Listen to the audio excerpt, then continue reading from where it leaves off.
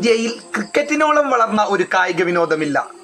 ഭാഗ്യമോ നിർഭാഗ്യമോ അറിയില്ല, ക്രിക്കറ്റിനെ മറ്റെല്ലാ കായിക വിനോദങ്ങളുടെയും മുകളിലായാണ് ഇന്ത്യൻ ആരാധകർ നെഞ്ചിലേറ്റിയിരിക്കുന്നത്. Hello friends, welcome to seek sports. ഈ വീഡിയോയിൽ ഒരുപക്ഷെ അപാകതകളും തെറ്റുകുറ്റങ്ങളും ഉണ്ടാവും. കഴിയുമെങ്കിൽ ക്ഷമിച്ച് ഈ ചാനൽ സബ്സ്ക്രൈബ് ചെയ്യുന്ന കാര്യം ഒന്ന് പരിഗണിക്കുമല്ലോ. 1983 ക്രിക്കറ്റിന്റെ മെക്കയായ ലോർഡ്സിൽ വെച്ച് കപിലിന്റെ ചെകുത്താന്മാർ ആ ലോക കിരീടം നെറുകിൽ ചൂടിയ അന്നു മുതലാണ് ഇന്ത്യയിൽ ഭൂരിപക്ഷം ആളുകൾക്കും ക്രിക്കറ്റിനോടുള്ള ഭ്രാന്തും ആവേശവും എല്ലാം തുടങ്ങിയത്. പിന്നീട് ഇന്ത്യയിൽ അതൊരു മതമായും സച്ചിൻ ടെണ്ടുൽക്കർ ക്രിക്കറ്റിന്റെ ദൈവമായും പ്രകീർത്തിച്ച് നടന്നിരുന്ന ഒരു സമൂഹത്തിനും കാലം സാക്ഷിയായി. എന്നാൽ മറ്റൊരു ലോക കിരീടത്തിനായി ഇന്ത്യക്ക് ഒരുപാട് വർഷങ്ങൾ കാത്തിരിക്കേണ്ടി വന്നു. ആരാധകർ കാത്തിരുന്നത് പോലെ മറ്റൊരു ഏകദിന വേൾഡ് കപ്പ് കിരീടം ചൂടിയല്ല നാം വീണ്ടും ലോക ചാമ്പ്യന്മാരായത്. ഇപ്പോൾ വളരെ പ്രചാരത്തിലുള്ള 2020 എന്ന കുട്ടി ക്രിക്കറ്റിന്റെ ആദ്യ പതിപ്പിലെ കിരീടത്തിൽ മുത്തമിട്ടുകൊണ്ടാണ് നാം വീണ്ടും ലോക ചാമ്പ്യന്മാരായത്. 2020 ഓരോ മത്സരങ്ങളും ആരാധകരെ ആവേശം കൊള്ളിക്കും. തോൽക്കുമെന്ന് ഉറപ്പിച്ചിടത്തു നിന്ന് പാകിസ്ഥാനെ 5 റൺസിന് തോൽപ്പിച്ചു ഇന്ത്യ വിജയികളായത് ഇന്നേക്ക് കൃത്യം 17 വർഷം മുൻപാണ്. മഹാരഥന്മാരായ സച്ചിനും ഗാംഗുലിയും ദ്രാവിഡും മാറി നിന്ന കുട്ടി ക്രിക്കറ്റിൽ റാഞ്ചിക്കാരൻ മഹേന്ദ്ര സിംഗ് ധോണി നായകനായ പുതിയ താരങ്ങളുമായാണ് ഇന്ത്യ സൗത്ത് ആഫ്രിക്കയിലേക്ക് വണ്ടി കയറിയത്.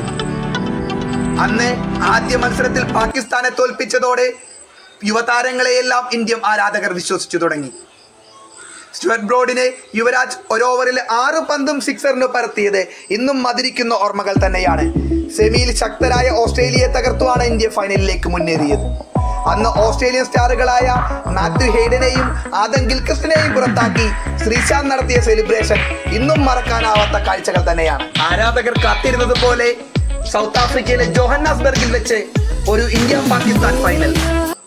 ആദ്യം ബാറ്റ് ചെയ്ത ഇന്ത്യ 20 ഓവറിൽ 157 റൺസാണ് നേടിയത്.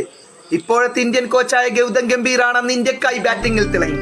54 പന്തിൽ 75 റൺസാണ് അദ്ദേഹം അന്ന് അടിച്ചുകൂട്ടിയത്. ഉദ്വേഗം നിറഞ്ഞ മത്സരത്തിൽ അവസാന ഓവറിൽ ജയിക്കാൻ പാകിസ്ഥാന് കേവലം 13 റൺസ് മാത്രം വേണ്ടിയിരുന്നുള്ളൂ.